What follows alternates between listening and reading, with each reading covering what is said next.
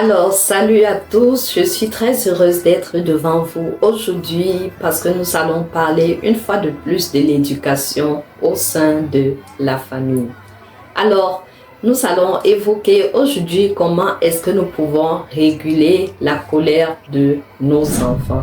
Parce que comme vous le savez, il y a des enfants de tout type. Il y a ceux qui sont calmes, il y a ceux qui sont agités, il y a ceux qui posent beaucoup de questions. Mais il y a aussi des enfants qui restent dans leur coin et attendent que nous leur posions des questions. Pour le cas d'aujourd'hui, nous nous intéressons aux enfants qui sont colériques. Moindre chose, ils sont en train de crier, moindre chose, ils sont en train de vouloir montrer que c'est vous qui êtes en train de l'énerver, de le déranger.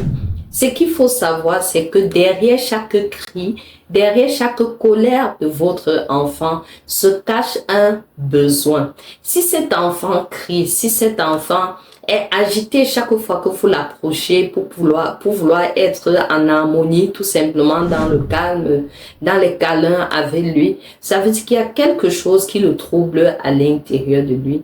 Et c'est à vous de chercher à savoir qu'est-ce qui trouble mon enfant.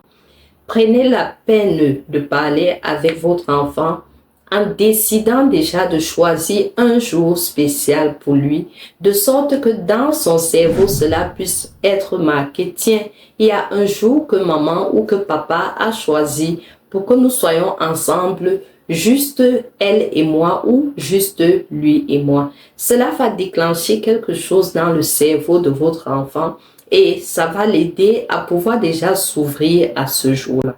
Lorsque le jour dit arrive ou bien le jour J arrive, alors prenez l'enfant, allez dans le lieu que vous avez vous-même promis aller avec lui et surtout si c'est un lieu qui est en accord avec ce qu'il aime.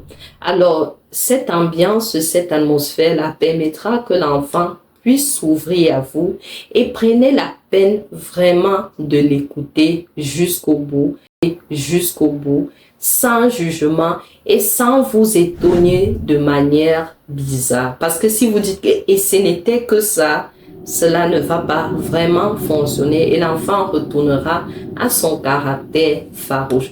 Prenez donc la peine de vous remettre au niveau de l'enfant, d'écouter ce qu'il veut vous dire et de vraiment pouvoir empâtir à cette situation et lui faire comprendre que vous êtes là.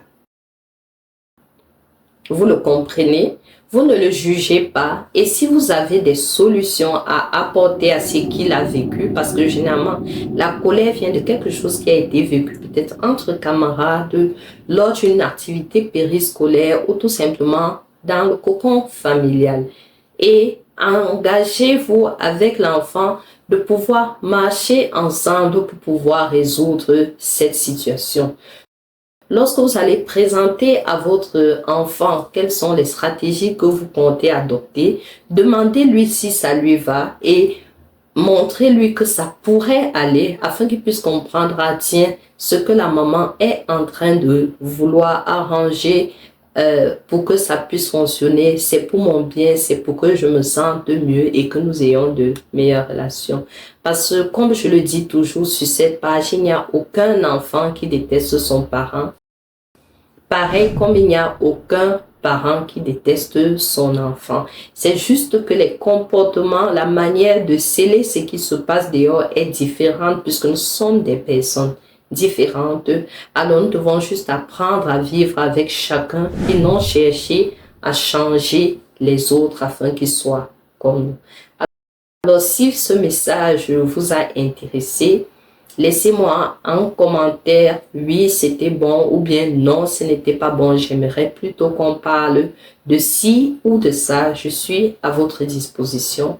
Merci d'avoir été à l'écoute et je vous souhaite une bonne fin d'émission. Ciao.